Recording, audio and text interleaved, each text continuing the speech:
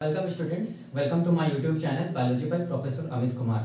हम लोग स्टडी कर रहे थे यूकैरियोटिक ट्रांसक्रिप्शन। हम लोग डिटेल स्टडी कर रहे थे और प्रीवियस लेक्चर में हम लोगों ने क्या देखा था? प्रीवियस लेक्चर में हम लोगों ने देखा था कि यूकैरियोटिक ट्रांसक्रिप्शन का प्री इनिशिएशन कॉम्प्लेक्स का फॉर्मेशन कैसे करके होता है और इनिशिएशन मैकेनिज्म या इनिशिएशन इवेंट जो होता है यूकैरियोटिक ट्रांसक्रिप्शन का वो क्या होता है, क्या मैकेनिज्म था, ये हम लोगों ने कंप्लीट स्टडी किया है प्रीवियस लेक्चर में। ठीक है, तो हम लोग आज क्या देखेंगे? आज हम लोग देखेंगे इलोंगेशन मैकेनिज्म, मतलब यूकैरियोटिक ट्रांसक्रिप्शन इलोंगेशन मैकेनिज्म आज हम लोग डिटेल स्टडी करेंगे। उसके बाद फिर हम लोग देखेंगे टर्मिनेशन मैकेनिज्म। ठीक है, तो प्रीवियस लेक्चर आप देखिएगा, उसमें आपको मिलेगा क्या चीज? हम लोग बोलेंगे इनिशिएशन मैकेनिज्म का कॉन्सेप्ट मिलेगा और प्री इनिशिएशन कॉम्प्लेक्स फॉर्मेशन, ये सब सारा का सारा मिलेगा। ठीक है, तो आज हम लोग देखेंगे क्या चीज? यूकैरियोटिक ट्रांसक्रिप्शन मैकेनिज्म में इलोंगेशन मैकेनिज्म हम लोग देखेंगे। ठीक है, तो अगर हम लोग बात करेंगे प्रीवियस लेक्चर का, तो देखो क्या चीज है कि अगर यूकैरियोटिक ट्रांसक्रिप्शन को अगर हम लोग देखेंगे तो याद रखना यूकैरियोटिक ट्रांसक्रिप्शन में हम लोग बोलेंगे 4 इवेंट्स होता है। सबसे पहला जो इवेंट होता है इसको हम लोग क्या बोलते हैं? इसको हम लोग बोलते हैं प्री इनिशिएशन कॉम्प्लेक्स फॉर्मेशन। ठीक है, इसको हम लोग क्या बोलते हैं? प्री इनिशिएशन कॉम्प्लेक्स फॉर्मेशन, या इसको हम लोग बोलते हैं क्लोज्ड क्या चीज? कॉम्प्लेक्स भी बोलते हैं। ठीक है, दूसरा जो इवेंट होता है इसको हम लोग क्या बोलते हैं? उसको हम लोग बोलते हैं इनिशिएशन मैकेनिज्म। क्या बोलते हैं? इनिशिएशन मैकेनिज्म या इनिशिएशन इवेंट बोलते हैं। ठीक है, इसमें क्या होगा? हम लोग बोलेंगे इसमें क्या होगा? क्लोज कॉम्प्लेक्स से हम लोग बोलेंगे ओपन कॉम्प्लेक्स का फॉर्मेशन होगा। क्या चीज का फॉर्मेशन होगा? क्लोज कॉम्प्लेक्स ओपन कॉम्प्लेक्स का फॉर्मेशन होगा, मतलब मेल्टिंग होगा। ठीक है, ये सब सारा का सारा हम लोगों ने देखा था प्रीवियस लेक्चर में। तीसरा जो इवेंट होता है यूकैरियोटिक ट्रांसक्रिप्शन मैकेनिज्म का, उसको हम लोग बोलते हैं इलोंगेशन मैकेनिज्म। ठीक है, उसको हम लोग क्या बोलते हैं? Elongation mechanism. ठीक है, जो आज हम लोगों को देखना है। और चौथा जो इवेंट होता है इसको हम लोग क्या बोलते हैं? Termination mechanism. टर्मिनेशन मैकेनिज्म क्या चीज का हम लोग बोलेंगे? ट्रांसक्रिप्शन का यूकैरियोटिक सेल्स के केस में। ठीक है, तो आज हम लोग को क्या देखना है? आज हम लोग को देखना है क्या चीज? इलोंगेशन मैकेनिज्म को डिटेल में देखना है। इससे प्रीवियस लेक्चर में हम लोगों ने क्या देखा था? प्री इनिशिएशन कॉम्प्लेक्स का फॉर्मेशन कैसे हुआ था, इनिशिएशन मैकेनिज्म क्या था, क्या कॉन्सेप्ट था, हम लोगों ने डिटेल स्टडी किया है। आज हम लोग देखेंगे इलोंगेशन मैकेनिज्म क्या होता है, क्या क्या ट्रांसक्रिप्शन इलोंगेशन फैक्टर्स रिस्पांसिबल होता है इलोंगेशन मैकेनिज्म के लिए, और केमिस्ट्री ऑफ इलोंगेशन क्या होता है ट्रांसक्रिप्शन का इन केस ऑफ यूकैरियोट्स। ये सब सारा का सारा आज हम लोग डिटेल स्टडी करेंगे। ठीक है, तो मैं इसको मिटा रहा हूं और मैं क्या बताऊंगा कि क्या होता है ट्रांसक्रिप्शन इलोंगेशन मैकेनिज्म। देखिए यहां पर जब भी हम लोग ट्रांसक्रिप्शन इलोंगेशन मैकेनिज्म देखेंगे ना, तो देखो यहां पर टर्म क्या आ रहा है? हम लोग बोलेंगे ट्रांसक्रिप्शन इलोंगेशन टर्म आ रहा है। ठीक है, तो ये ट्रांसक्रिप्शन इलोंगेशन को सबसे पहले हम लोग कैसे करके डिफाइन करेंगे? देखो कैसे करके डिफाइन करेंगे देखो क्या चीज है कि हम लोग क्या जानते हैं कि ये क्या चीज है? ये डीएनए के स्ट्रैंड है। ठीक है, ये डीएनए का मान लो कौन सा स्ट्रैंड है? मान लीजिए डीएनए का कौन सा स्ट्रैंड है? 5 प्राइम 3 प्राइम डीएनए का स्ट्रैंड है, जिसको हम लोग क्या बोलते हैं? इसको हम लोग बोलते हैं कोडिंग स्ट्रैंड। ठीक है, कोडिंग स्ट्रैंड बोलते हैं, या क्या बोलेंगे इसको हम लोग? सेंस स्ट्रैंड बोलते हैं। और नीचे वाला जो डीएनए का स्ट्रैंड है, ये वाला क्या चीज है? ये हम लोग बोलेंगे 3 प्राइम 5 प्राइम डीएनए का स्ट्रैंड है। इसको हम लोग क्या बोलते हैं? इसको हम लोग बोलते हैं टेम्पलेट डीएनए का स्ट्रैंड या टेम्पलेट स्ट्रैंड, या इसको हम लोग बोलेंगे एंटीसेंस डीएनए स्ट्रैंड। ठीक है, अब देखो ध्यान से, ये सब क्या चीज है? ये सब ट्रांसक्रिप्शन बबल का फॉर्मेशन है। ये सब क्या हम लोग बोलेंगे? ये सब क्या चीज है? ये सब हम लोग बोलेंगे ट्रांसक्रिप्शन बबल है। ये सब क्या चीज हम लोग बोलेंगे? ट्रांसक्रिप्शन बबल है। ये सब क्या चीज है? ट्रांसक्रिप्शन बबल है। ठीक है, जब इनिशिएशन मैकेनिज्म में हम लोग क्या देखे थे कि कैसे करके क्लोज कॉम्प्लेक्स से क्या बना था? ओपन कॉम्प्लेक्स का फॉर्मेशन हुआ था। किसमें? डीएनए में। ठीक है, मतलब कैसे मेल्टिंग हुआ था वो हम लोग देखे थे प्रीवियस लेक्चर में। ठीक है, मतलब क्लोज कॉम्प्लेक्स से जब डीएनए खुलता है, ओपन कॉम्प्लेक्स बनता है, तब इसको हम लोग क्या बोलते हैं? ट्रांसक्रिप्शन बबल का फॉर्मेशन हुआ है। ठीक है, तो यहां पर देखो ये ट्रांसक्रिप्शन बबल का फॉर्मेशन हुआ है। देखो होता क्या है, यहां पर क्या चीज हम लोग बोलेंगे? यहां पर क्या चीज जुड़ा हुआ है? यहां पर जुड़ा हुआ हम लोग बोलेंगे आरएनए पॉलीमरेज 2। याद रखना है। ठीक है, कब हम लोग बोलेंगे? इनिशिएशन मैकेनिज्म में हुआ था। तो आरएनए पॉलीमरेज 2 क्या करेगा? देखो ध्यान से, अब ये आरएनए पॉलीमरेज 2 क्या करेगा? आगे की तरफ मूव करेगा और ये क्या करता चला जाएगा? देखो ध्यान से, ये क्या करता चला जाएगा? हम लोग बोलेंगे क्या करता चला जाएगा? एमआरएनए का चेन को बनाता चला जाएगा। ठीक है, देखो ध्यान से, यहां से फिर जैसे जैसे आरएनए पॉलीमरेज आगे की तरफ मूव करता जाएगा, वैसे वैसे ये ट्रांसक्रिप्शन बबल भी क्या होता चला जाएगा? आगे की तरफ मूव करता चला जाएगा। ठीक है, तो देखो यहाँ पर ये क्या चीज है? ये ट्रांसक्रिप्शन बबल है। इसका मतलब यहाँ पर क्या चीज होगा? आरएनए पॉलीमरेज यहाँ से कहां मूव करके पहुंच गया? हम लोग बोलेंगे यहां तक पहुंच गया। और जब आरएनए पॉलीमरेज यहां तक पहुंच गया, तो फिर ये आरएनए पॉलीमरेज क्या किया होगा? हम लोग बोलेंगे 5 प्राइम 3 प्राइम क्या चीज का फॉर्मेशन किया होगा, mRNA का चेन का फॉर्मेशन किया होगा बाय यूजिंग कौन सा डीएनए का स्ट्रैंड, हम लोग बोलेंगे एंटीसेंस डीएनए का स्ट्रैंड। सिमिलरली जैसे जैसे आरएनए पॉलीमरेज आगे की तरफ मूव करेगा वैसे वैसे ट्रांसक्रिप्शन बबल भी क्या होगा, आगे की तरफ मूव करेगा। देखो ध्यान से ऐसे करके, ठीक है, ये क्या चीज है, ये आरएनए पॉलीमरेज यहां से अब कहां पहुंच गया, हम लोग बोलेंगे यहां पहुंच गया आरएनए पॉलीमरेज 2। और ये क्या चीज का फॉर्मेशन किया, जैसे जैसे आगे की तरफ बढ़ रहा है वैसे वैसे क्या चीज हो रहा है, देखो ध्यान से, ये mRNA का जो चेन है वो क्या होता चला जा रहा है, हम लोग बोलेंगे इलोंगेट होता चला जा रहा है। ठीक है, तो ये क्या चीज है, हम लोग बोलेंगे इसी को हम लोग क्या बोलते हैं, ट्रांसक्रिप्शन इलोंगेशन। और ये आरएनए पॉलीमरेज तब तक मूव करता रहेगा, ये ट्रांसक्रिप्शन बबल तब तक बनता रहेगा जब तक कि आरएनए पॉलीमरेज कहां नहीं पहुंच जाए, टर्मिनेशन साइट पे नहीं पहुंच जाए, तब तक हम लोग बोलेंगे ट्रांसक्रिप्शन का इलोंगेशन होता चला जाएगा। ठीक है, तो इसी को हम लोग क्या बोलते हैं, इसी को हम लोग बोलते हैं क्या चीज, ट्रांसक्रिप्शन इलोंगेशन बोलते हैं। क्या बोलते हैं, ट्रांसक्रिप्शन इलोंगेशन। क्योंकि यूकैरियोटिक सेल्स के केस में हम लोग पढ़ रहे हैं तो इसको हम लोग क्या बोल सकते हैं, यूकैरियोटिक ट्रांसक्रिप्शन इलोंगेशन बोल सकते हैं। ठीक है, तो कैसे करके इसको डिफाइन करेंगे, तो देखो कैसे करके डिफाइन करेंगे कि ट्रांसक्रिप्शन इलोंगेशन को हम लोग ऐसे डिफाइन करते हैं, क्या चीज, movement of transcription bubble, movement of transcription bubble देख सकते हैं, movement of transcription bubble along with RNA polymerase 2 देख सकते हैं, along with RNA polymerase 2 and making क्या चीज हम लोग बोलेंगे, mRNA चेन।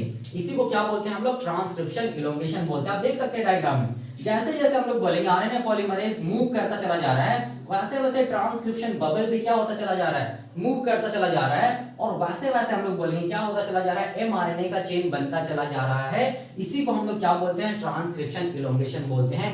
वही मैंने यहाँ पर लिखा है कि transcription elongation is defined as the movement of eukaryotic transcription bubble along with eukaryotic RNA polymerase 2 and making RNA chain. The movement of eukaryotic transcription bubble along with RNA polymerase 2 and making क्या चीज हम लोग बोलेंगे, mRNA chain। इसी को हम लोग क्या बोलते हैं, इसी को हम लोग बोलते हैं ट्रांसक्रिप्शन इलोंगेशन। ठीक है, चाहे वो प्रोकैरियोटिक ट्रांसक्रिप्शन इलोंगेशन रहे चाहे वो यूकैरियोटिक ट्रांसक्रिप्शन इलोंगेशन रहे, ट्रांसक्रिप्शन इलोंगेशन का डेफिनेशन यही होगा।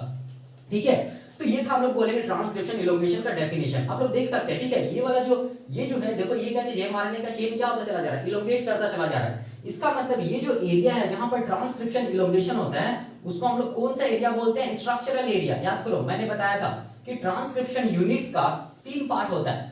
ठीक है, ट्रांसक्रिप्शन यूनिट का 3 पार्ट होता है, एक को क्या बोलते हैं, प्रमोटर एरिया, एक को क्या बोलते हैं, स्ट्रक्चरल एरिया, एक को क्या बोलते हैं, टर्मिनेटर एरिया। प्रमोटर एरिया में क्या होगा, ट्रांसक्रिप्शन का इनिशिएशन होगा, स्ट्रक्चरल एरिया में क्या होगा, ट्रांसक्रिप्शन का इलोंगेशन होगा, और टर्मिनेशन एरिया में क्या होगा, ट्रांसक्रिप्शन का टर्मिनेशन होगा। इसका मतलब देखो ध्यान से, ये जो स्ट्रक्चरल एरिया में क्या हो रहा है, ट्रांसक्रिप्शन का इलोंगेशन हो रहा है ना। ठीक है, तो याद रखना है कि स्ट्रक्चरल एरिया में ही क्या होगा, हम लोग बोलेंगे क्या होगा, मूवमेंट होगा किसका, ट्रांसक्रिप्शन बबल का along with RNA polymerase।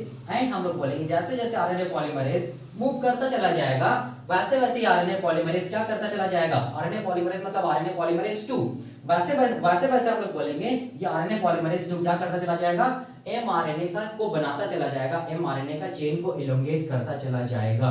ठीक है, अब देखिए क्या चीज है, अब यहाँ पर देखो ये ट्रांसक्रिप्शन इलोंगेशन होने के लिए हम लोग बोलेंगे बहुत सारा फैक्टर्स चाहिए, जिसको हम लोग क्या बोलते हैं, जिसको हम लोग बोलते हैं यूकैरियोटिक ट्रांसक्रिप्शन इलोंगेशन फैक्टर्स। तो वही मैंने यहाँ पर लिखा है कि यूकैरियोटिक ट्रांसक्रिप्शन इलोंगेशन के लिए क्या चाहिए, बहुत सारा यूकैरियोटिक ट्रांसक्रिप्शन इलोंगेशन फैक्टर्स चाहिए। ठीक है, जिसमें से सबसे पहला फैक्टर क्या चीज हम लोग बोलेंगे, BSIF। दूसरा फैक्टर क्या चीज है, P transcription elongation factor B। तीसरा फैक्टर क्या चीज है, HSPT5। चौथा फैक्टर क्या चीज है, TF2S। पांचवा फैक्टर क्या चीज है, TAT-SF1। और छठा फैक्टर क्या चीज हम लोग बोलेंगे, CRF मतलब क्रोमैटिन रिमॉडलिंग फैक्टर्स। ठीक है, ये सब सारा का सारा फैक्टर्स हम लोग बोलेंगे ट्रांसक्रिप्शन यूकैरियोटिक ट्रांसक्रिप्शन इलोंगेशन में हेल्प करता है। तो कैसे करके करता है यही हम लोगों को देखना है, क्या चीज में, डिटेल में। तो हम लोग 1 बाय 1 कैसे करके ट्रांसक्रिप्शन इलोंगेशन में ये सारा का सारा फैक्टर्स हेल्प करता है, इसको अभी हम लोग देखेंगे। ठीक है, तो क्या देखेंगे अभी हम लोग देखेंगे ये फैक्टर्स जो है वो कैसे करके रिस्पॉन्सिबल होता है ट्रांसक्रिप्शन इलोंगेशन को करवाने के लिए। ठीक है, तो देखो याद कीजिए कि प्रीवियस लेक्चर में क्या हुआ था, ट्रांसक्रिप्शन इलोंगेशन कब होगा, हम लोग बोलेंगे जब ओपन कॉम्प्लेक्स का फॉर्मेशन हो जाएगा। मतलब इनिशिएशन मैकेनिज्म में क्या हुआ था, हम लोग बोलेंगे डीएनए के स्ट्रैंड में मेल्टिंग हुआ था और ओपन कॉम्प्लेक्स का फॉर्मेशन हो गया था, उसके बाद ही हम लोग बोलेंगे क्या चीज था, हम लोग बोलेंगे ट्रांसक्रिप्शन इलोंगेशन मैकेनिज्म आता है। तो मैं देखो मैं क्या कर रहा हूं, देखो ध्यान से, ओपन कॉम्प्लेक्स का फॉर्मेशन हुआ था, उस डायग्राम को बना रहा हूं क्योंकि उसके बाद ही क्या होगा, ट्रांसक्रिप्शन इलोंगेशन होगा। ठीक है, तो प्रीवियस लेक्चर में जहां पर खत्म हुआ था उसी डायग्राम को मैं बना रहा हूं क्योंकि वहीं से क्या होगा, आप लोग बोलेंगे ट्रांसक्रिप्शन इलोंगेशन स्टार्ट होगा। ठीक है, तो देखिए याद कीजिए ये क्या चीज हम लोग बोलेंगे, ये क्या चीज है, डीएनए के स्ट्रैंड है।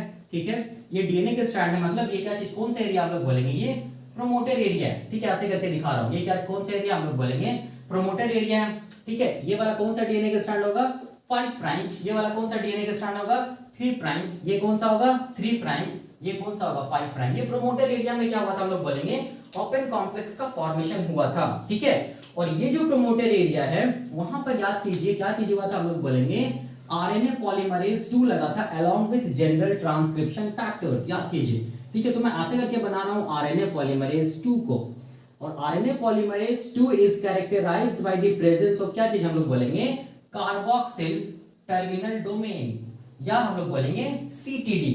तो ये क्या चीज है, हम लोग बोलेंगे ये क्या चीज है, आरएनए पॉलीमरेज 2 है। ठीक है, ये आरएनए पॉलीमरेज 2 है, और ये क्या चीज है, आरएनए पॉलीमरेज 2 का क्या चीज है, कार्बोक्सिल टर्मिनल डोमेन है, या हम लोग बोल सकते हैं टेल ऑफ आरएनए पॉलीमरेज 2। ठीक है, और यहां पर प्रोमोटर पे बहुत सारा जनरल ट्रांसक्रिप्शन फैक्टर्स लगा हुआ था, याद कीजिए। उसको मैं क्या ये समझाने के लिए कहां बना रहा हूं, सारा का सारा ट्रांसक्रिप्शन फैक्टर को यहां पर दिखा रहा हूं ताकि आपको समझ में आए। तो जो पहला ट्रांसक्रिप्शन फैक्टर था, देखो ध्यान से, जो पहला ट्रांसक्रिप्शन फैक्टर था उसको हम लोग क्या बोलते हैं, उसको हम लोग क्या बोले थे, याद कीजिए। जो पहला जनरल ट्रांसक्रिप्शन फैक्टर था उसको हम लोग बोले थे ट्रांसक्रिप्शन फैक्टर 2D। ठीक है, दूसरा जो फैक्टर था उसको हम लोग क्या बोले थे, दूसरा जो फैक्टर था उसको हम लोग बोले थे ट्रांसक्रिप्शन फैक्टर 2A। तीसरा जो जनरल ट्रांसक्रिप्शन फैक्टर था उसको हम लोग क्या बोले थे, ट्रांसक्रिप्शन फैक्टर 2B। चौथा जो transcription factor general transcription factor था उसको हम लोग क्या बोले थे, ट्रांसक्रिप्शन फैक्टर 2F। पांचवा जो ट्रांसक्रिप्शन फैक्टर था जनरल ट्रांसक्रिप्शन फैक्टर उसको हम लोग क्या बोले थे, ट्रांसक्रिप्शन फैक्टर 2E, याद कीजिए। और छठा जो ट्रांसक्रिप्शन फैक्टर था इसका क्या नाम था, हम लोग बोलेंगे ट्रांसक्रिप्शन फैक्टर 2H। यही सारा का सारा क्या था, जनरल ट्रांसक्रिप्शन फैक्टर्स था, याद कीजिए। जो प्रोमोटर पे क्या हुआ था, हम लोग बोलेंगे लगा था अलोंग विद आरएनए पॉलीमरेज 2, तब जाके क्या चीज का फॉर्मेशन हुआ था, हम लोग बोलेंगे प्री इनिशिएशन कॉम्प्लेक्स का फॉर्मेशन हुआ था। ठीक है, तो इसको हम लोग ऐसे भी दिखा सकते हैं, यहाँ पर इसको ओपन कॉम्प्लेक्स नहीं बना के इसको ऐसे करके अभी क्लोज कॉम्प्लेक्स में ही दिखा देते हैं डीएनए को। देखो ऐसे करके क्या चीज है, डीएनए भी मान लो क्लोज कॉम्प्लेक्स में या क्लोज स्टेट में, ठीक है, ऐसे करके। ठीक है, तो इसको हम लोग क्या बोलेंगे, इसको हम लोग बोलेंगे प्रोमोटर है, याद रखना। प्रोमोटर पे ये बाइंड किया है कौन, आरएनए पॉलीमरेज 2 अलोंग विद क्या चीज, जनरल ट्रांसक्रिप्शन फैक्टर्स। ठीक है, अब ये क्या चीज है, carboxyl terminal domain RNA polymerase 2 का, ये क्लोज कॉम्प्लेक्स है। ठीक है, तो इसको ओपन कॉम्प्लेक्स में जाना होगा ना, तो ओपन कॉम्प्लेक्स में जाने के लिए हम लोग बोलेंगे कौन रिस्पॉन्सिबल था। तो याद रखना है जनरल ट्रांसक्रिप्शन फैक्टर में एग्जाम में जो क्वेश्चन पूछेगा वो ट्रांसक्रिप्शन फैक्टर 2D से पूछता है, जो मैंने बताया डिटेल में, और ट्रांसक्रिप्शन फैक्टर 2H से पूछता है। ठीक है, जो मैंने बताया डिटेल में। तो क्लोज कॉम्प्लेक्स से ओपन कॉम्प्लेक्स का फॉर्मेशन कराने के लिए हम लोग बोलेंगे कौन सा फैक्टर रिस्पॉन्सिबल है, ट्रांसक्रिप्शन फैक्टर 2H। तो यहां पर इसको हम लोग क्या बोलेंगे, यहां पर इसको हम लोग बोलेंगे pre initiation complex. Previous lecture देखिएगा मैंने बताया है, इसको हम लोग क्या बोलेंगे, प्री इनिशिएशन कॉम्प्लेक्स, या क्या बोलेंगे, क्लोज कॉम्प्लेक्स। ठीक है, क्योंकि डीएनए अभी क्या कौन से स्टेट में है, क्लोज स्टेट में, वो अभी ओपन नहीं हुआ है, डीएनए के स्ट्रैंड सेपरेट नहीं हुआ है प्रोमोटर एरिया पे। ठीक है, अब देखो अब होगा क्या, आप समझो यहां पर क्या चीज होगा। देखो आरएनए पॉलीमरेज 2 के बारे में जब मैं बताया था, तो आरएनए पॉलीमरेज 2 का ये जो कार्बोक्सिल टर्मिनल डोमेन है ना, यहां पर हम लोग बोलेंगे 7 कंसेंसस एमिनो एसिड्स का क्या मिलता है, सीक्वेंस मिलता है। ठीक है, इसको बोलेंगे first, second, third, fourth, fifth, sixth and seventh. ठीक है, इसको हम लोग क्या बोलते हैं, इसको हम लोग बोलते हैं हेप्टापेप्टाइड बोलते हैं। इसको हम लोग क्या बोलते हैं, हेप्टापेप्टाइड, क्या चीज, consensus sequence of amino acids. याद रखना, मतलब इसमें कितना एमिनो एसिड्स रहेगा, हम लोग बोलेंगे 7 एमिनो एसिड्स का कंसेंसस सीक्वेंस रहेगा। ठीक है, तो ये पहला एमिनो एसिड, ये दूसरा, ये तीसरा, ये चौथा, ये पांचवा, ये छठा, ये सातवां। ठीक है, ये एक हेप्टापेप्टाइड है। यहां पर कितना हेप्टापेप्टाइड रहेगा, तो हम लोग बोलेंगे 52 क्या रहेगा, 52 टाइम्स क्या रहेगा, हम लोग बोलेंगे हेप्टापेप्टाइड का सीक्वेंस प्रेजेंट होगा, किसमें, carboxyl terminal domain of RNA polymerase 2। मैंने बस एक का दिखाया है, सिमिलरली यहां पर और एक हेप्टापेप्टाइड रहेगा 2, फिर से रहेगा 3, 4, 5, ऐसे करके कितना जाएगा, 52 टाइम्स जाएगा। क्या चीज, हम लोग बोलेंगे हेप्टापेप्टाइड, जो एमिनो एसिड्स का कंसेंसस सीक्वेंस है वो, याद रखना इन केस ऑफ ह्यूमंस। और इसके केस में कितना होगा, हम लोग बोलेंगे ये हेप्टापेप्टाइड का जो सीक्वेंस होता है वो कितना टाइम्स रिपीट होता है, हम लोग बोलेंगे 23 टाइम्स, याद रखना है, ठीक है। अब देखो अब होता क्या है, अब समझिए, ये प्री इनिशिएशन कॉम्प्लेक्स का फॉर्मेशन हुआ। अब प्री इनिशिएशन कॉम्प्लेक्स का फॉर्मेशन हुआ मतलब RNA polymerase 2 along with general transcription factor, वो कहां पर आके लग गया, हम लोग बोलेंगे टाइप 2 यूकैरियोटिक प्रमोटर, या हम लोग बोल सकते हैं आरएनए पॉलीमरेज 2 प्रमोटर पे लग गया, ठीक है। अब देखो अब क्या होगा, अब ये होगा कि हम लोग क्या जानते हैं कि ये जो ट्रांसक्रिप्शन फैक्टर 2H है ना, इसके पास देखो ध्यान से, इसके पास हम लोग बोलेंगे क्या था, इसके पास हम लोग बोलेंगे काइनेज एक्टिविटी था, मैंने बताया था, ठीक है। इसके पास क्या था, हम लोग बोलेंगे काइनेज एक्टिविटी था, ठीक है। तो ये काइनेज एक्टिविटी से ये क्या करेगा ना, पहला याद रखना, ये काइनेज एक्टिविटी से क्या करेगा, फोस्फोराइलेशन करेगा। काइनेज का मतलब क्या होता है, हम लोग बोलेंगे काइनेज वैसा एंजाइम होता है जो हम लोग बोलेंगे फोस्फोराइलेशन करता है। तो कैसा काइनेज था, तो याद कीजिए मैंने बताया था कैसा काइनेज था, सेरीन काइनेज था, याद रखना है सेरीन काइनेज था, ठीक है। इसके पास क्या क्या एक्टिविटी है, काइनेज एक्टिविटी, कैसा काइनेज एक्टिविटी, हम लोग बोलेंगे सेरीन काइनेज एक्टिविटी। दूसरा जो हम लोग बोलेंगे इसके पास एक्टिविटी था, उसको हम लोग क्या बोले थे, उसको हम लोग बोले थे क्या चीज, हेलिकेज एक्टिविटी भी था, किसके पास, ट्रांसक्रिप्शन फैक्टर 2H के पास। और तीसरा जिसके पास एक्टिविटी था उसको हम लोग क्या बोले थे, एटीपेज एक्टिविटी था, किसके पास, हम लोग बोलेंगे ट्रांसक्रिप्शन फैक्टर 2H के पास, ठीक है। अब देखिए ये कैसे करके क्लोज कॉम्प्लेक्स से ओपन कॉम्प्लेक्स का फॉर्मेशन कराता है। देखो ये जो हेप्टापेप्टाइड का सीक्वेंस है ना, इसको मैं यहां पर दिखा रहा हूं समझाने के लिए। ये पहला अमीनो एसिड ये वाला, ठीक है, पहला, उसके बाद ये दूसरा अमीनो एसिड ये वाला, ये तीसरा अमीनो एसिड, ये चौथा अमीनो एसिड, ये पांचवा, ये छठा अमीनो एसिड, और ये क्या चीज हम लोग बोलेंगे सातवां अमीनो एसिड। देख सकते हैं, दूसरा, तीसरा, चौथा, पांचवा, छठा और ये सातवां अमीनो एसिड, इसी को मैं बनाया हूं, ये हेप्टापेप्टाइड को बनाया हूं। इस तरफ क्या होगा, एन टर्मिनल होगा, और इस तरफ क्या होगा, हम लोग बोलेंगे सी टर्मिनल होगा, ठीक है। अब देखिए यहाँ पर जो सबसे पहला जो अमीनो एसिड है ना, इसको हम लोग क्या बोलते हैं, इसको हम लोग बोलते हैं टायरोसिन, याद रखना इसको टायरोसिन बोलते हैं। दूसरा जो अमीनो एसिड होता है उसको हम लोग सेरीन बोलते हैं, SER सेरीन। तीसरा जो अमीनो एसिड होता है इसको हम लोग बोलते हैं प्रोलीन। चौथा जो अमीनो एसिड होता है इसको हम लोग बोलते हैं थीरियोनिन। पांचवा जो अमीनो एसिड होता है उसको हम लोग बोलते हैं सेरीन।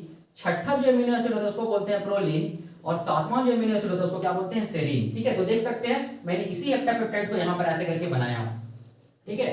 अब कुछ क्वेश्चन अगर आपसे कोई पूछेगा कि हेप्टापेप्टाइड सीक्वेंस में सबसे ज्यादा कौन सा अमीनो एसिड्स मिलता है, तो याद रखना सेरीन मिलता है, 1 2 3, तीन सेरीन मिलता है। उसके बाद हम लोग बोलेंगे प्रोलीन मिलेगा, देखो 1 2 प्रोलीन मिलेगा, ठीक है, और टायरोसिन और थीरियोनिन एक एक मिलेगा, ठीक है, हेप्टापेप्टाइड सीक्वेंस में।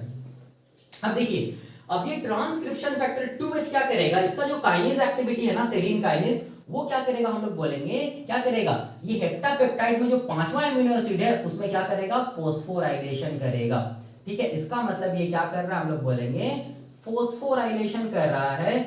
क्या चीज को फोस्फोराइलेशन कर रहा है, हम लोग बोलेंगे हेप्टापेप्टाइड जो अमीनो एसिड का सीक्वेंस है उसमें से जो पांचवा अमीनो एसिड है उसमें क्या कर रहा है, हम लोग बोलेंगे फोस्फोराइलेशन कर रहा है। तो पांचवा कौन सा अमीनो एसिड है, पहला, दूसरा, तीसरा, चौथा, पांचवा, मतलब सेरीन में ये क्या कर रहा है, हम लोग बोलेंगे फॉस्फेट को ऐड कर रहा है, फोस्फोराइलेशन कर रहा है, देख सकते हैं, ठीक है। और याद रखना है ये फोस्फोराइलेशन ये बताता है, ये फोस्फोराइलेशन ये बताता है अगर पांचवें सेरीन पे फोस्फोराइलेशन होगा तो वो ये बताएगा कि आरएनए पॉलीमरेज क्या करेगा, हम लोग बोलेंगे प्रोमोटर को क्लियरेंस करेगा, ठीक है, मतलब प्रोमोटर क्लियरेंस होगा, ये बताएगा, या हम लोग बोलेंगे प्रोमोटर एस्केप होगा, ठीक है, प्रोमोटर एस्केप होगा, याद रखना है, ये इंपॉर्टेंट है, ठीक है। पांचवा जो सेरीन है उसमें फोस्फोराइलेशन होता है, ये फोस्फोराइलेशन ये बताता है कि अब आरएनए पॉलीमरेज क्या करेगा, प्रोमोटर को क्लियर करेगा, प्रोमोटर से आगे बढ़ के कहां चला जाएगा, इलोंगेशन फेज में एंटर कर जाएगा, ठीक है, याद रखना है। दूसरा देखो, दूसरा क्या है, हम लोग बोलेंगे हेलिकेज एक्टिविटी है, देखो ध्यान से, हेलिकेज एक्टिविटी है ना, ये हेलिकेज क्या करेगा, देखो ध्यान से, हेलिकेज क्या करेगा, हम लोग बोलेंगे डीएनए के स्ट्रैंड का ये जो क्लोज कॉम्प्लेक्स इसको क्या करेगा, ओपन कॉम्प्लेक्स में चेंज कराएगा। तो ये डीएनए के स्ट्रैंड क्लोज था ना, इसको क्या करेगा, देखो ध्यान से, ओपन स्टेट में या ओपन कॉम्प्लेक्स में चेंज कराएगा। तो देखो ये क्या चीज हम लोग बोलेंगे, क्लोज से क्या चीज हो गया, हम लोग बोलेंगे ओपन कॉम्प्लेक्स का फॉर्मेशन हो गया, ठीक है। क्लोज कॉम्प्लेक्स से क्या चीज का फॉर्मेशन हो गया, ओपन कॉम्प्लेक्स का फॉर्मेशन हो गया, कैसे, तो हेलिकेज है ना, तो हेलिकेज क्या करेगा, यहां पर जो भी प्रोमोटर में जो क्या रहेगा, ये नाइट्रोजनस बेसिस रहेगा, उसमें जो हाइड्रोजन बॉन्ड होगा उसको हटाएगा। हाइड्रोजन बॉन्ड को डिसॉल्व करें तो ये डीएनए का स्ट्रैंड क्या होगा, प्रोमोटर एरिया पे क्या हो जाएगा, हम लोग बोलेंगे खुल जाएगा। खुलेगा तो क्या होगा, पहले क्लोज था अब किस में चला गया, ओपन स्टेट में चला गया, जिसको हम लोग क्या बोलेंगे, ओपन कॉम्प्लेक्स का फॉर्मेशन हुआ। ये किसकी वजह से हुआ, ट्रांसक्रिप्शन फैक्टर 2H। तो अब इसको हम लोग प्री इनिशिएशन कॉम्प्लेक्स नहीं बोल के क्या बोलेंगे, इसको हम लोग क्या बोलेंगे, प्री इनिशिएशन कॉम्प्लेक्स नहीं बोल के इसको हम लोग क्या बोलेंगे, ओपन कॉम्प्लेक्स बोलेंगे। इसको हम लोग क्या बोलेंगे, ओपन कॉम्प्लेक्स बोलेंगे। ठीक है, इसको हम लोग क्या बोलेंगे, ओपन कॉम्प्लेक्स बोलेंगे, या हम लोग बोलेंगे मेल्टिंग पॉइंट बोलेंगे, या क्या बोलेंगे, क्या चीज बना है, बबल का फॉर्मेशन हुआ है ना, यूकैरियोटिक ट्रांसक्रिप्शन बबल फॉर्मेशन भी बोलेंगे। ठीक है, याद रखना है। तो ये ओपन कॉम्प्लेक्स को बनाने के लिए हम लोग बोलेंगे क्या चाहिए, बाहर से कुछ एटीपी भी चाहिए। ठीक है, तो वो एटीपी बाहर से एटीपी भी चाहिए, मतलब सेल क्या करेगा, खुद एटीपी भी लगाएगा। ठीक है, तो एटीपी लगाएगा, तो एटीपी को तोड़ने के लिए देखो ध्यान से, एटीपी को तोड़ने के लिए यही वाला जो फैक्टर है उसके पास कौन सा एक्टिविटी है, हम लोग बोलेंगे एटीपेज एक्टिविटी है ना। ये एटीपी को तोड़ेगा एटीपी प्लस इनऑर्गेनिक फॉस्फेट में, इससे भी जो एनर्जी निकलेगा ना वो एनर्जी रिस्पॉन्सिबल होगा क्या चीज का फॉर्मेशन के लिए, हम लोग बोलेंगे ओपन कॉम्प्लेक्स का फॉर्मेशन के लिए रिस्पॉन्सिबल होगा। ठीक है, तो जब भी कभी क्लोज कॉम्प्लेक्स से, ठीक है, ओपन कॉम्प्लेक्स में चला जाता है, कन्वर्शन होता है, तो इस स्टेप को हम लोग क्या बोलते हैं, आइसोमराइजेशन। याद रखना, इसको हम लोग क्या बोलते हैं, आइसोमराइजेशन स्टेप बोलते हैं। और in case of eukaryotic transcription isomerisation के लिए क्या चाहिए होता है, एटीपी चाहिए होता है। आप देख सकते हैं एटीपी लगा, एटीपीज एक्टिविटी है, उसका एनर्जी से भी क्या हुआ, हम लोग बोलेंगे क्या चीज का फॉर्मेशन हुआ, क्लोज कॉम्प्लेक्स से ओपन कॉम्प्लेक्स का फॉर्मेशन हुआ। इन केस ऑफ प्रोकैरियोटिक सेल्स याद रखना है, आइसोमराइजेशन के लिए कोई भी एटीपी नहीं चाहिए, लेकिन in case of eukaryotic transcription isomerisation मतलब क्लोज कॉम्प्लेक्स से ओपन कॉम्प्लेक्स जाने के लिए क्या चाहिए, एटीपी चाहिए। और देखो ध्यान से, ये जो एटीपी है ना ये बहुत इंपॉर्टेंट रोल प्ले करता है। ठीक है, ये एटीपी को तोड़ रहा है तो उससे क्या निकल रहा है, एनर्जी निकल रहा है ना, वो एनर्जी क्या करेगा, ये सारा का सारा जो भी ट्रांसक्रिप्शन फैक्टर से जो जुड़ा हुआ है ना, जनरल ट्रांसक्रिप्शन फैक्टर, उसको क्या करा देगा, हम लोग बोलेंगे डिसोसिएट करा देगा, आरएनए पॉलीमरेज से हटा देगा। ठीक है, जैसे ही देखो ध्यान से, जैसे हम लोग बोलेंगे आरएनए पॉलीमरेज क्या किया, प्रोमोटर को क्लियर किया, प्रोमोटर को क्लियर किया, उससे पहले हम लोग बोलेंगे क्या चीज का फॉर्मेशन हुआ, क्लोज कॉम्प्लेक्स ओपन कॉम्प्लेक्स का फॉर्मेशन हुआ। ठीक है, ओपन कॉम्प्लेक्स का फॉर्मेशन हुआ, और जब ओपन कॉम्प्लेक्स का फॉर्मेशन हुआ तो याद रखना है ये क्या कर दिया, तुरंत फॉस्फोराइलेशन कर दिया, किसको, हम लोग बोलेंगे सेरीन, फिफ्थ सेरीन को क्या कर दिया, फॉस्फोराइलेशन कर दिया, कौन, ट्रांसक्रिप्शन फैक्टर 2H। ठीक है, और सेम टाइम पे, मीन टाइम पे क्या हो रहा है, ये सब सारा का सारा काम एक साथ हो रहा है। जो एटीपी को तोड़ रहा है, एटीपी प्लस इनऑर्गेनिक फॉस्फेट पे ट्रांसक्रिप्शन फैक्टर 2H, उससे जो एनर्जी निकल रहा है वो एनर्जी से ओपन कॉम्प्लेक्स तो बन ही रहा है, उसके साथ साथ हम लोग बोलेंगे ये सब सारा का सारा जनरल ट्रांसक्रिप्शन फैक्टर में क्या हो जा रहा है, हम लोग बोलेंगे डिसोसिएट कर जा रहा है आरएनए पॉलीमरेज से। ठीक है, याद रखना है, ये इंपॉर्टेंट है। तो अब क्वेश्चन आता है, देखो ध्यान से अब ये क्या चीज हुआ, फॉस्फोराइलेशन कर दिया ना, कौन, ट्रांसक्रिप्शन फैक्टर 2H, क्योंकि इसके पास काइनेज एक्टिविटी है पांचवें सेरीन पे। तो इसका मतलब अब क्या हुआ, देखो ध्यान से, अब ये आरएनए पॉलीमरेज कहां इंटर कर गया, हम लोग बोलेंगे इलोंगेशन फेज में इंटर कर गया, मतलब प्रोमोटर को क्या कर गया, हम लोग बोलेंगे क्लियर कर गया, मतलब प्रोमोटर को क्रॉस करके इसके आगे क्या है, मान लो यहां से तक प्रोमोटर एरिया है, तो यहां पर कौन सा एरिया होगा, हम लोग बोलेंगे स्ट्रक्चरल एरिया होगा ना। ये मान लो +1 न्यूक्लियोटाइड है, स्टार्ट पॉइंट जिसको बोलते हैं, तो यहां पर क्या होगा, स्ट्रक्चरल एरिया होगा। अभी भी मैंने बताया स्ट्रक्चरल एरिया में इंटर कर गया कौन, हम लोग बोलेंगे आरएनए पॉलीमरेज 2।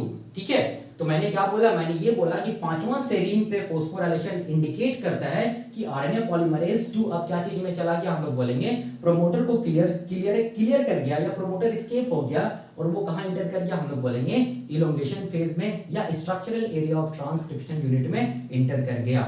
ठीक है, तो यहां तक तो था ओपन कॉम्प्लेक्स का फॉर्मेशन हुआ। अब देखिए क्या हुआ जैसे ही आरएनए पॉलीमरेज कहां इंटर किया, इलोंगेशन फेज में इंटर किया, मतलब प्रोमोटर को क्लियर किया, तो इसका मतलब क्या है, जितना भी यहां पर जनरल ट्रांसक्रिप्शन फैक्टर है ना, वो सारा का सारा जनरल ट्रांसक्रिप्शन फैक्टर यहां से क्या हो जाएगा, हट जाएगा। तो हटेगा तो कैसे दिखेगा, तो देखो ध्यान से, यहां पर मैं बना रहा हूं मैं यहां पर इसको मिटा के मैं इसको मिटा के मैं बना रहा हूं। ठीक है, सारा का सारा जनरल ट्रांसक्रिप्शन फैक्टर क्या हो जाएगा, यहां से हट जाएगा। और इसका मतलब क्या हुआ, इसका मतलब आरएनए पॉलीमरेज 2 प्रोमोटर को क्लियर करके कहां इंटर कर गया, इलोंगेशन फेज में इंटर कर गया। तो इलोंगेशन फेज में क्या होगा, सबसे पहला ट्रांसक्रिप्शन फैक्टर आएगा और आरएनए पॉलीमरेज से क्या हो जाएगा, हम लोग बोलेंगे जुड़ जाएगा।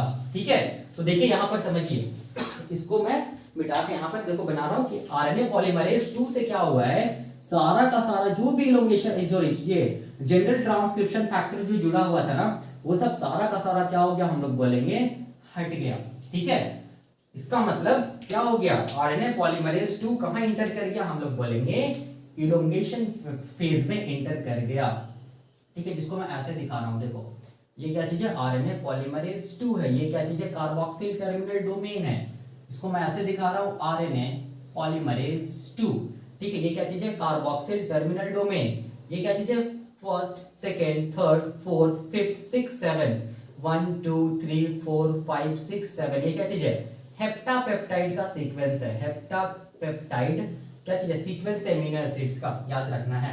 ठीक है, और यहाँ पर पांचवें कार्बन पे क्या हो चुका है, हम लोग बोलेंगे फोस्फोराइलेशन हो चुका है। ठीक है, याद कीजिए, इसका मतलब अब ये जो आरएनए पॉलीमरेज वो कहां इंटर कर गया, प्रोमोटर को क्लियर कर गया। तो अब देखो जैसे ही प्रोमोटर को क्लियर कर गया, सेरीन फिफ्थ सेरीन पे फोस्फोराइलेशन ये इंडिकेट करता है कि आरएनए पॉलीमरेज प्रोमोटर को क्लियर करेगा।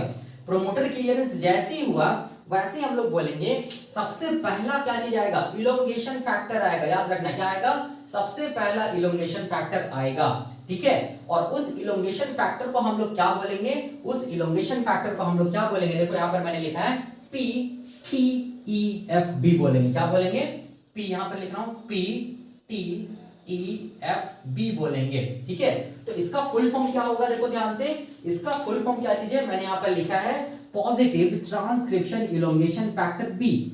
अब देखो ध्यान से, ये जो फैक्टर है ना, इसका एक मतलब स्पेसिफिसिटी है कि ये कैसा इलोंगेशन फैक्टर हम लोग बोलेंगे, काइनेज एक्टिविटी वाला इलोंगेशन फैक्टर है। इसके पास क्या चीज है, काइनेज एक्टिविटी है, याद रखना है। तो कैसा काइनेज एक्टिविटी है, तो हम लोग बोलेंगे इसके पास सीडीके9 एक्टिविटी है। सीडीके9 का मतलब क्या हुआ, हम लोग बोलेंगे क्या चीज, cyclin dependent kinase 9, cyclin dependent kinase 9। मतलब देखो ये काइनेज एंजाइम है, मतलब ये इलोंगेशन फैक्टर हो के भी क्या चीज है, इसके पास काइनेज एंजाइम है, या हम लोग बोल सकते हैं कि काइनेज एंजाइम का काम करता है, या हम लोग बोल सकते हैं इसके पास कैसा एक्टिविटी है, काइनेज एक्टिविटी है। तो सबसे पहला इलोंगेशन फैक्टर देखो किससे जुड़ जाएगा, देखो ध्यान से, किससे जुड़ जाएगा, हम लोग बोलेंगे किससे जुड़ जाएगा, आरएनए पॉलीमरेज 2 से जुड़ जाएगा, जिसको हम लोग क्या बोलते हैं, जिसको हम लोग बोलते हैं पॉजिटिव क्या चीज, ट्रांसक्रिप्शन क्या चीज, इलोंगेशन फैक्टर बी। और इसके पास कैसा एक्टिविटी है, हम लोग बोलेंगे इसके पास काइनेज एक्टिविटी है। कैसा काइनेज एक्टिविटी है, तो हम लोग बोलेंगे सीडीके9 काइनेज एक्टिविटी है। ठीक है, अब देखो क्या चीज है, सबसे इंपॉर्टेंट, जैसे ये जुड़ेगा, जैसे ये जुड़ेगा तब ये क्या करेगा, जैसे ये जुड़ेगा तो हम लोग बोलेंगे किसी चीज को फोस्फोराइलेट करेगा। तो जैसे ये जुड़ेगा इमीडिएटली हम लोग बोलेंगे और एक इलोंगेशन फैक्टर जुड़ जाएगा, जिसको हम लोग क्या बोलते हैं, जिसको हम लोग बोलते हैं DSIF। देखो यहां पर मैंने लिखा है DSIF, जिसको हम लोग क्या बोलते हैं, जिसको हम लोग बोलते हैं क्या चीज, DRB। देखो यहां पर फुल फॉर्म लिखा है मैंने, सेंसिटिव इंड्यूसिंग फैक्टर। ठीक है, तो इमीडिएटली हम लोग बोलेंगे और एक फैक्टर जुड़ जाएगा, जिसको हम लोग क्या बोलेंगे, जिसको हम लोग बोलेंगे DRB, सेंसिटिव इंड्यूसिंग फैक्टर बोलेंगे। किससे जुड़ जाएगा, आरएनए पॉलीमरेज 2 से। तो अब देखो अब क्या होगा, अब ये होगा कि ये जो transcription P transcription elongation factor B है ना, इसके पास काइनेज एक्टिविटी है, सीडीके9 एक्टिविटी है। तो ये क्या करेगा, फोस्फोराइलेट करेगा।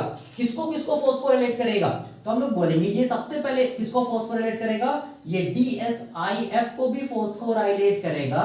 ठीक है, क्योंकि फोस्फोराइलेशन करता है, क्योंकि ये वाला एंजाइम कौन, ये कैसा एंजाइम हम लोग बोलेंगे, काइनेज एंजाइम है ये इलोंगेशन फैक्टर। और ये क्या करेगा, देखो ध्यान से, ये यहां पर हेप्टापेप्टाइड में जो यहां पर दूसरा जो सेरीन है ना, दूसरा जो सेरीन है, दूसरे नंबर पे जो सेरीन है, वो सेरीन में भी क्या करेगा, फोस्फोराइलेशन करेगा। कौन, हम लोग बोलेंगे P transcription elongation factor B. तो यहां पर देखो दूसरा जो सेरीन है उसमें देखो फोस्फोराइलेशन हुआ, ये फोस्फोराइलेशन कौन किया, हम लोग बोलेंगे elongation factor P transcription elongation factor B किया। तो P transcription elongation factor B का काम क्या चीज है, पहला काम क्या चीज है कि ये क्या करेगा, हेप्टापेप्टाइड में जो दूसरा जो सेरीन है उसको फोस्फोराइलेट करेगा, क्योंकि इसके पास कैसा एक्टिविटी है, काइनेज एक्टिविटी, और काइनेज फोस्फोराइलेशन करता है। और दूसरा ये क्या करेगा, ये P transcription elongation factor B, ये जो DSIF फैक्टर जुड़ा है उसको भी क्या करेगा, फोस्फोराइलेशन करेगा। ठीक है, तो अब देखो, अब यहां पर इसके फोस्फोराइलेशन से क्या फायदा होगा, किसके फोस्फोराइलेशन से, हम लोग बोलेंगे किसके फॉस्फोराइलेशन थे, पी ट्रांसक्रिप्शन इलोंगेशन बी के फॉस्फोराइलेशन, मतलब ये किसको फॉस्फोराइलेट किया, सेरीन 2 को ऑफ हेप्टापेप्टाइड और डीआईएसएफ को फॉस्फोराइलेट किया। तो क्या फायदा हुआ, पहला फायदा ये हुआ, देखो ध्यान से, जैसे ही सेरीन 2 में फॉस्फोराइलेशन हुआ, जैसे ही सेरीन 2 में फॉस्फोराइलेशन हुआ, तो सेकंड सेरीन में फॉस्फोराइलेशन ये इंडिकेट करता है कि आरएनए पॉलीमरेज 2 क्या हुआ, आप लोग बोलेंगे इंटर कर चुका है, किसमें, इलोंगेशन फेज में कंप्लीटली इंटर कर चुका है, कौन, आरएनए पॉलीमरेज 2। तो सेकंड सेरीन में फॉस्फोराइलेशन ये बताता है कि RNA polymerase 2 has completely entered into elongation phase, याद रखना है, ठीक है। और हम लोग बोलेंगे, हाँ, और हम लोग बोलेंगे डीआईएसएफ में फॉस्फोराइलेशन जैसे ही होगा तो ये जो डीआईएसएफ जो फैक्टर ना वो एक्टिवेट हो जाएगा। अब ये एक्टिवेट हो जाएगा तो ये क्या करेगा, ये आरएनए पॉलीमरेज 2 को क्या करेगा, देखो ध्यान से, क्या करेगा, डीएनए में लॉक करके रखेगा। मतलब आरएनए पॉलीमरेज 2 को क्या करेगा, डीएनए में लॉक करके रखेगा कि आरएनए पॉलीमरेज 2 यहां से डिसोसिएट नहीं हो, ठीक है। और ये आरएनए पॉलीमरेज 2 क्या करेगा, आगे की तरफ मूव करता चला जाएगा और क्या बनाता चला जाएगा, हम लोग बोलेंगे क्या बनाता चला जाएगा, एमआरएनए का चेन बनाता चला जाएगा, ठीक है। तो देखो वही मैंने यहाँ पर लिखा है और वही मैंने यहाँ पर बताया। देखो मैंने यहाँ पर क्या लिखा है, ये जो फैक्टर होता है, ये फैक्टर के पास काइनेज एक्टिविटी होता है, किसके पास, ये वाला फैक्टर के पास देख सकते हैं आप, CDK9 एक्टिविटी होता है, जो कि क्या करता है, सेकंड सेरीन जो एमिनो एसिड होता है किसका, हेप्टापेप्टाइड और कार्बोक्सिल टर्मिनल डोमेन का, आरएनए पॉलीमरेज 2 का, उसमें क्या करता है, फॉस्फोराइलेशन करता है। और सेकंड सेरीन में फॉस्फोराइलेशन ये बताता है कि आरएनए पॉलीमरेज 2 अब अच्छे से कहां इंटर कर चुका है, इलोंगेशन फेज में इंटर कर चुका है, ठीक है। और दूसरा ये क्या करता है, आल्सो फॉस्फोराइलेट, मतलब ये वाला फैक्टर आल्सो फॉस्फोराइलेट DSIF, मतलब इसको भी फॉस्फोराइलेट किया, देखो ध्यान से, तब ये एक्टिव हो गया। एक्टिव होने के बाद अब ये क्या करेगा, आरएनए पॉलीमरेज 2 को लॉक करके रखेगा डीएनए में कि ये डीएनए से डिसोसिएट नहीं करे ड्यूरिंग, हम लोग बोलेंगे ट्रांसक्रिप्शन इलोंगेशन पीरियड, ठीक है, याद रखना है, ठीक है। तो यही इसका मतलब हुआ, यही 2 इलोंगेशन फैक्टर के बारे में मैंने बताया, डायग्राम से समझाया। अब देखो क्या होगा, अब आप लोग ऐसे सोचिए कि जैसे जैसे आरएनए पॉलीमरेज अब आगे की तरफ इंटर करेगा, मतलब आगे की तरफ मूव करेगा structural area of transcription unit, तो वैसे वैसे क्या होगा, देखो ध्यान से, वैसे वैसे ये क्या करेगा, ये क्या करेगा, हम लोग बोलेंगे एमआरएनए का चेन को बनाता चला जाएगा, ठीक है, एमआरएनए का चेन को बनाता चला जाएगा।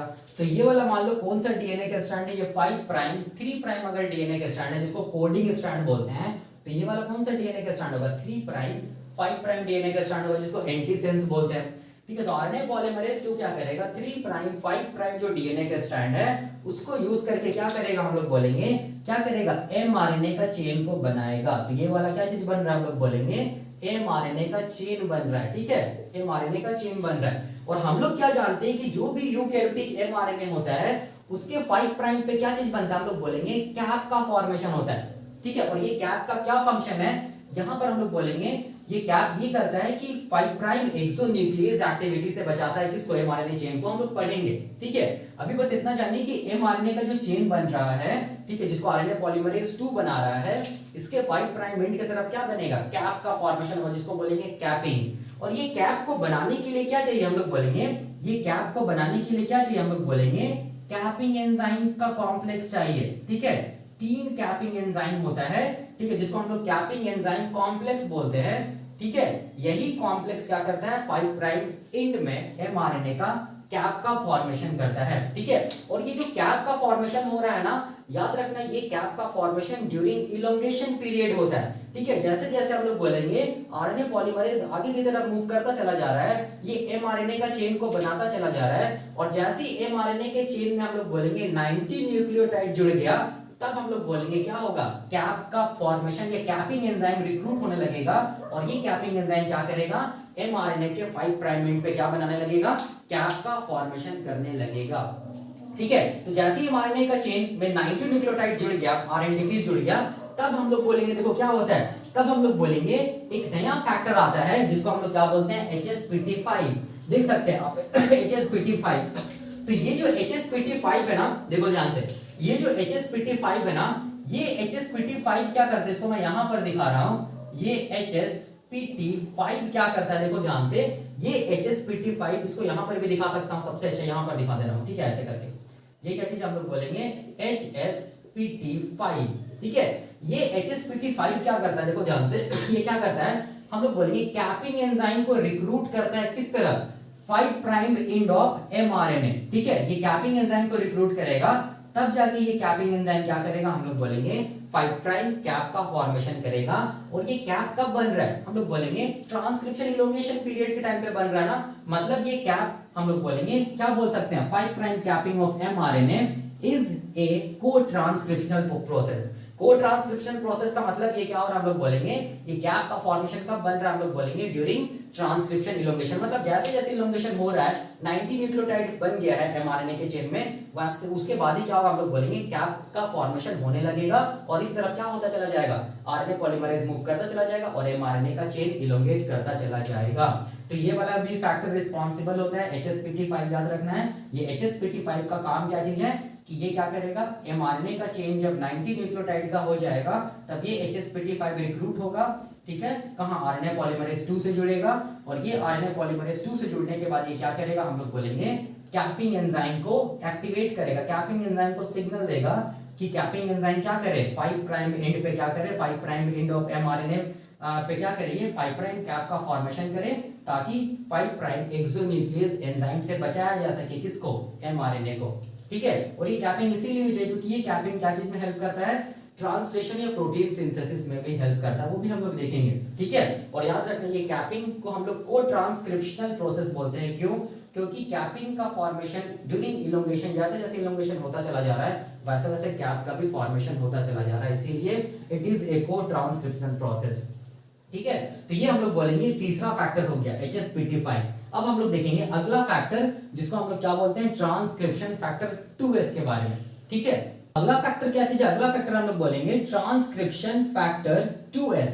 ठीक है, तो ये क्या करता है, देखो ध्यान से, ये जो फैक्टर होता है ना, ये फैक्टर क्या करता है, हम लोग बोलेंगे प्रूफ रीडिंग एक्टिविटी में हेल्प करता है। ठीक है, क्योंकि देखो अगर ये क्या चीज है, कौन सा एंजाइम है, RNA पॉलीमरेज 2 है। ठीक है, ये RNA पॉलीमरेज 2 में हम लोग बोलेंगे कोई भी प्रूफ रीडिंग एक्टिविटी नहीं होता है, कोई भी प्रूफ रीडिंग एक्टिविटी नहीं होता है किसमें, ये RNA पॉलीमरेज 2 में, याद रखना है। इसका मतलब ये RNA पॉलीमरेज 2 में 5 प्राइम 3 प्राइम एक्सोन्यूक्लियस एक्टिविटी नहीं है।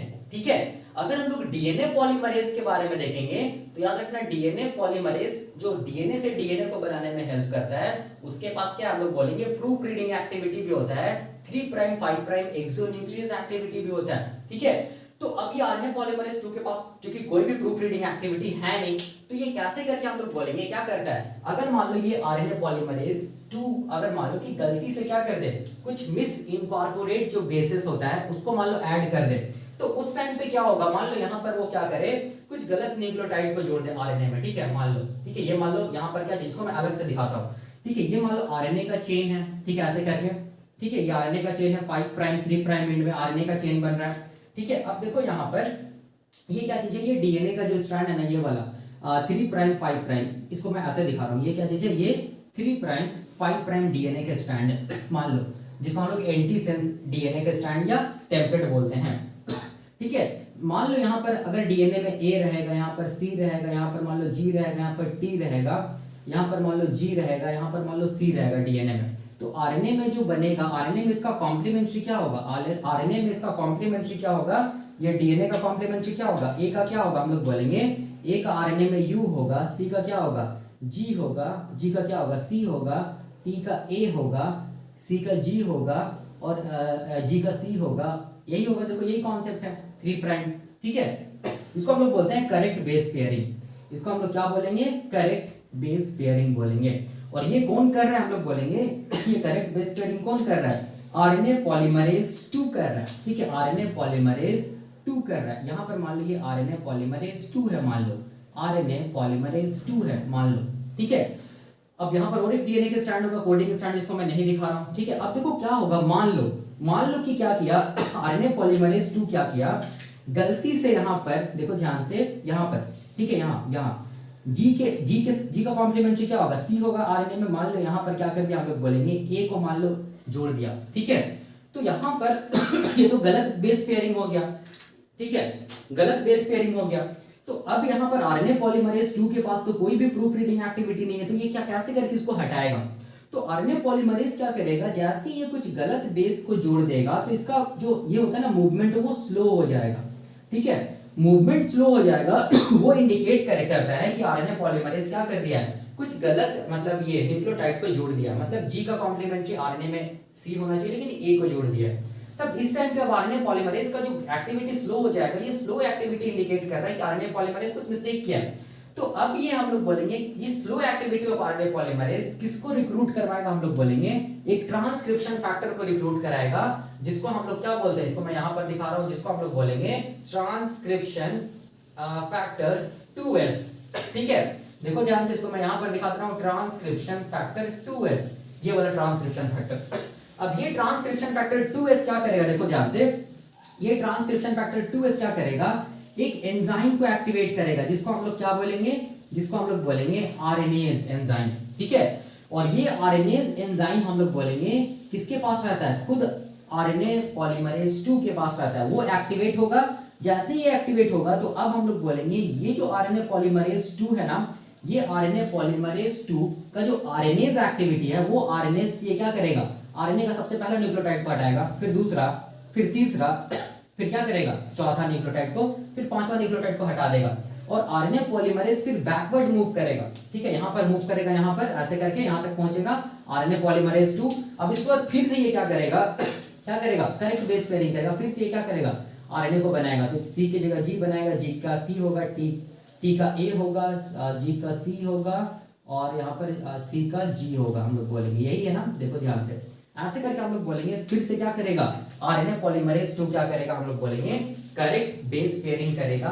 और ये किसकी वजह से हो रहा है, हम लोग बोलेंगे ट्रांसक्रिप्शन फैक्टर 2s की वजह से हो रहा है। ये इलोंगेशन फेज के टाइम पे काम करता है, क्यों, क्योंकि इलोंगेशन फेज के टाइम पे क्या होता है, एमआरएनए का चेन इलोंगेट करेगा, तो उस टाइम पे ऐसा पॉसिबिलिटी हो सकता है कि आरएनए पॉलीमरेज 2 क्या करे, गलत बेस पेयरिंग कर दे। ठीक है, तो वही मैंने यहाँ पर लिखा है कि ट्रांसक्रिप्शन फैक्टर 2s क्या चीज में हेल्प करता है, प्रूफ रीडिंग में हेल्प करता है, क्योंकि आरएनए पॉलीमरेज 2 के पास कोई भी प्रूफ रीडिंग एक्टिविटी नहीं होता है, कोई भी 5 प्राइम 3 प्राइम एक्सोन्यूक्लियस एक्टिविटी नहीं होता है। तो ये करता क्या है, ये जब मिस इनकॉर्पोरेट बेस को जब ये कर देता है और ये जोड़ देता है, तो उस टाइम पे क्या होता है, आरएनए पॉलीमरेज का मूवमेंट स्लो हो जाता है। वो स्लो मूवमेंट की वजह से कौन सा फैक्टर रिक्रूट होता है, हम लोग बोलेंगे ये वाला फैक्टर, ट्रांसक्रिप्शन फैक्टर 2s। अब ये ट्रांसक्रिप्शन फैक्टर 2s क्या करेगा, आरएनए पॉलीमरेज 2 के पास ये आरएनएज एक्टिविटी होता है, उसको एक्टिवेट करेगा, जिसकी वजह से आरएनए पॉलीमरेज फिर क्या करेगा, एक एक जो न्यूक्लियोटाइड आरएनए में जुड़ा है उसको हटाएगा, आरएनए पॉलीमरेज बैकवर्ड मूव करेगा, फिर से वो क्या करेगा, हम लोग बोलेंगे जो गलत ये क्या बोलते हैं, न्यूक्लियोटाइड जो इनकॉर्पोरेट हुआ आरएनए में उसको भी हटा देगा, फिर से वो क्या करेगा, हम लोग बोलेंगे क्या करेगा, करेक्ट बेस पेयरिंग करेगा, फिर से वो आगे की तरफ मूव करेगा और क्या बनाएगा, हम लोग बोलेंगे आरएनए का चेन को बनाएगा। ठीक है, तो ये वाला फैक्टर ये हो गया वही मैंने यहाँ पे लिखा है। अगला देखो, अगला कौन सा फैक्टर है, टैड SF1 फैक्टर। याद रखना ये टैड SF1 फैक्टर जो है ये भी इलोंगेशन में हेल्प करता है, और इसके साथ साथ ये स्प्लाइसिंग में हेल्प करता है प्री एमआरएनए का। तो ये स्प्लाइसिंग हम लोग जब देखेंगे प्री एमआरएनए का, उस टाइम पे हम लोग स्टडी करेंगे कि कैसे करके ये फैक्टर हेल्प करता है, क्या चीज में हम लोग बोलेंगे स्प्लाइसिंग में हेल्प करता है। ठीक है, हम लोग देखेंगे। उसके बाद अगला जो फैक्टर है उसको हम लोग क्या बोलते हैं, CRF, जिसको बोलते हैं chromatin remodelling factor. Chromatin remodelling factor का काम क्या चीज है, देखो यहाँ पर CRF का काम क्या चीज है कि आरएनए पॉलीमरेज जब आगे की तरफ मूव करेगा ना, ठीक है, तो आगे की तरफ क्या है, डीएनए के स्ट्रैंड है ना, डीएनए के स्ट्रैंड में क्या रहेगा, ऐसे करके हिस्टोन प्रोटीन क्या रहता है, ऐसे करके देखो डीएनए का जो स्ट्रैंड होता है ना, उसमें क्या होगा, ऐसे करके हिस्टोन प्रोटीन जुड़ा हुआ रहता है, ऐसे करके डीएनए है, ठीक है, ऐसे करके हिस्टोन प्रोटीन क्या है, ये सब क्या है, ये सब हिस्टोन का प्रोटीन है। ठीक है, हिस्टोन प्रोटीन के चारों तरफ डीएनए क्या होता है, हम लोग बोलेंगे कॉइल्ड रहता है। तो ये हिस्टोन प्रोटीन को डिसोसिएट करना होगा, अगर ये हिस्टोन प्रोटीन डिसोसिएट नहीं होगा तो आरएनए पॉलीमरेज मूव नहीं कर पाएगा आगे की तरफ। ठीक है, और इलोंगेशन के टाइम पे क्या होगा, आरएनए पॉलीमरेज 2 को मूव करना पड़ेगा।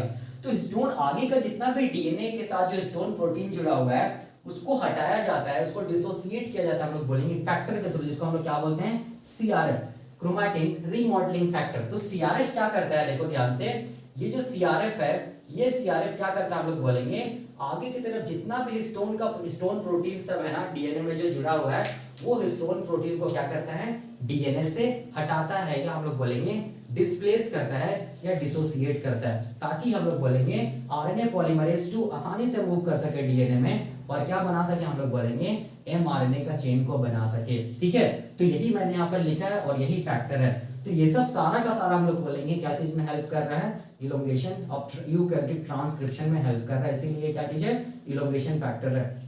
ठीक है, अब क्वेश्चन आता है कि केमिस्ट्री ऑफ ट्रांसक्रिप्शन इलोंगेशन क्या होता है।